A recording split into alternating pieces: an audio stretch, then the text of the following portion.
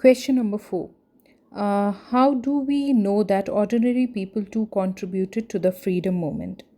Professor J.B. Kriplani received Gandhi at Muzaffarpur railway station at midnight. He had a large body of students with him. Sharecroppers from Champaran came on foot and by convenience to see Gandhi. Muzaffarpur lawyers too called on him. A vast multitude greeted Gandhi when he reached Motihari railway station. Thousands of people demonstrated around the courtroom. This shows that ordinary people too contributed to the freedom movement of India.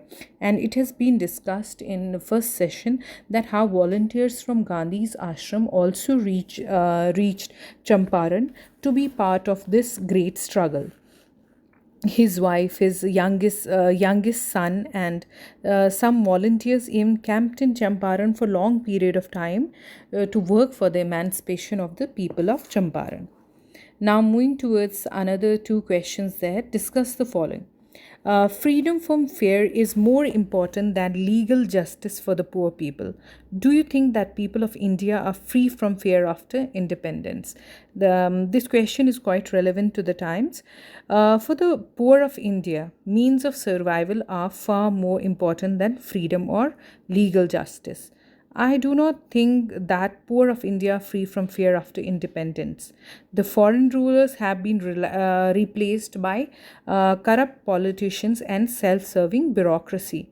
Power brokers, money lenders have a field day, and what they are actually doing, they are giving poor people, like they're lending out their money, and then they are subjecting them to high rates of interest, which usually they fail to pay due to failure of monsoon or bad crops.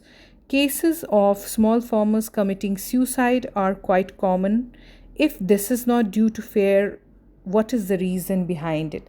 So things might have changed since independence, but they have not changed for the poor people, especially for the rural poor who are still subjected to torture, atrocities, and are reeling under extreme poverty and deprivation. Now, looking towards the other part of the thinking about the text, question two, the qualities of a good leader. When we are going to discuss this question, we might for a moment think about the leader who we think has the qualities we think that our ideal or a favorite leader should have. See, a good leader has a mass appeal. He rises from masses, thinks for them, works for them. He is sincere in his approach. He is a man of principles, truth, honesty, patriotism, morality, spirit of service, and sacrifice are the hallmarks of a good leader. He never mixes politics and religion or sect.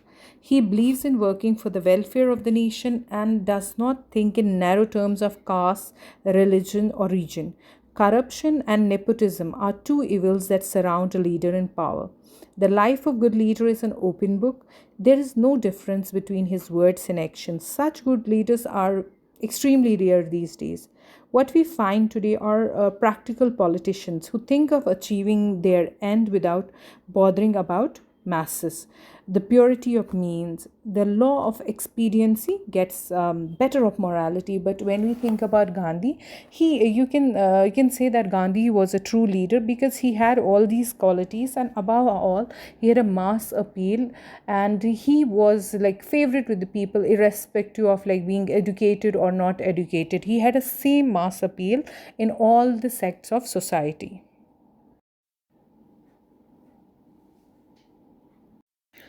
Now, moving towards short answer type questions, the word limit for these questions is 30 to 40 words. The first one, why did Gandhiji feel that taking the Champaran case to court was useless? When Gandhiji moved to Champaran, he got to know the plight of the peasant groups in Champaran from his discussion with the lawyers. He came to conclusion that these poor peasants were so crushed, they were so fear stricken, that law courts were useless for them. Going to courts was simply overburdening the sharecroppers, and once he got to know that how these lawyers were charging them, litigation expenses were too much. What really needed to be done was to make them free of fear. Once they are free of fear of Britishers, they will be able to claim their rights and will avail justice. Next question is, how did Champaran peasants react when they heard that a Mahatma had come to help them? When the Champaran peasants heard that a Mahatma had come to help them, they basically what they did, they assembled in Motihari in large number. Thousands of peasants, they held a demonstration around the courthouse where Gandhiji was supposed to appear. The crowd was so uncontrollable that Britishers had to seek Gandhiji's help to basically control and regulate the crowd. It was at this time that Britishers got to see the first hand mass appeal of Gandhiji. Now, question number 3. What made the Lieutenant Governor drop the case against Gandhiji? When Gandhiji was asked to appear, he was basically asked to appear in the court in Motihari. Thousands of peasants held a demonstration around the courthouse. Officers felt so helpless, and government was baffled. They had never expected this. The trial was postponed as the judge did not want to aggravate the situation. He held up sentence for several days, after which Gandhiji was released without bail. All these events made the Lieutenant Governor drop the cases against Gandhiji. He was left with no choice. And now moving to his question number 4. Why did Gandhiji oppose when his friend Andrews offered to stay in Champaran and help the peasants? As I have told when I was discussing the chapter, that C.F. Andrews, he was ardent supporter of Gandhi. He was a pacifist, and he was a devoted follower of Gandhiji. The lawyers thought that being an Englishman, Andrews could be of immense help to them in their cause of fighting the Battle of Champaran. Gandhiji, however, was against this because he felt that enlisting an Englishman's help showed weakness. Their cause was just, and they had to win the battle by relying on themselves. This would make them self-sufficient rather than taking help from an Englishman. Now, have a quick look at question number 5. Why do you think that Gandhi considered Champaran episode to be a turning point in his life? And we have actually, this is there in your NCRT questions, and it is very important, so you'll be doing it only once. No need to repeat this question. I'm just going to add little more points here so that it will be useful to you, but just do this question only once. The Champaran episode began as an attempt to elevate the distress of poor farmers. Ultimately, it proved to be turning point to be Gandhiji's life. It was a loud proclamation made the British realize that Gandhi could not be ordered about his own country.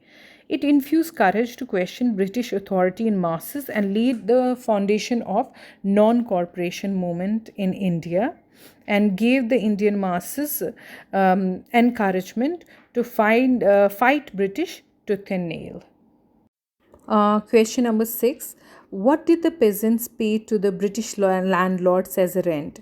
The British landlords had entered in a long-term agreement with the farmers, according to which they compelled all the tenants to plant 15% of their holdings with indigo. The sharecroppers had to surrender the entire indigo harvest as rent. Why did Gandhiji decide to go to Muzaffarpur before going to Champaran?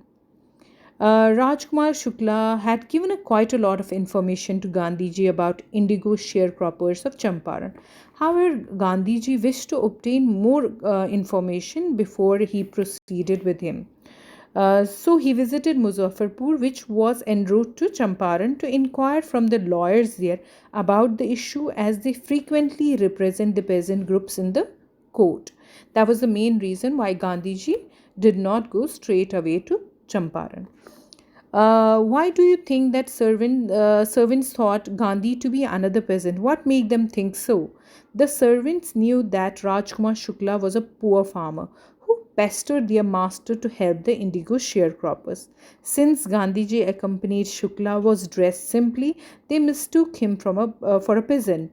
Gandhiji's modesty and unassertiveness also led to the assumption that he was a peasant. They didn't even allow him to draw water from the well because they thought that he was an untouchable.